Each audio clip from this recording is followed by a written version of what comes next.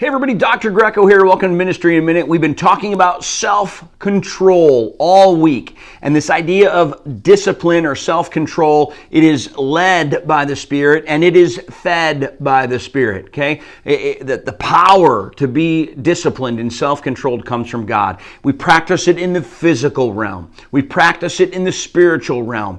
And now I want to tell you that we practice it in the emotional realm. And here's what I mean by emotion. How we feel about things can tend to drive how we think about things or how we act about things or how we live out our faith or don't live out our faith.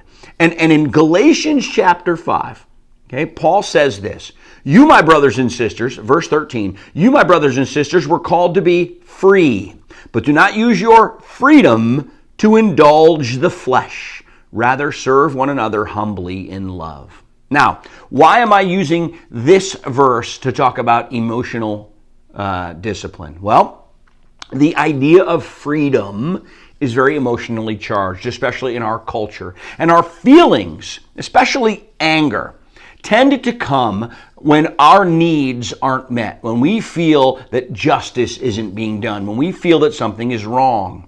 And Paul acknowledges that. He says, in the Spirit, you have freedom. You have freedom to feel certain ways. God uses these emotions to drive you and push you and motivate you. But he says, do not let that freedom, don't let how you feel about things cause you to sin. Okay? He says, indulge the flesh.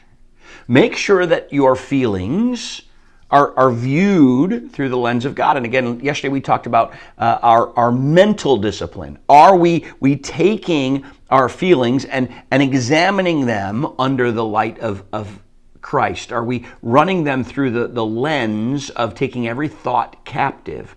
And we have to be disciplined in how we feel because we can't let that motivate us to do the wrong thing. So, not only take your thoughts captive, but remember to check your feelings and ask God, am I right to be feeling this way? And what should I do about it? Again, the Spirit leads and feeds how we're disciplined. And I pray that your self-control will be glorifying to God. Tomorrow, one more Ministry in a Minute about discipline.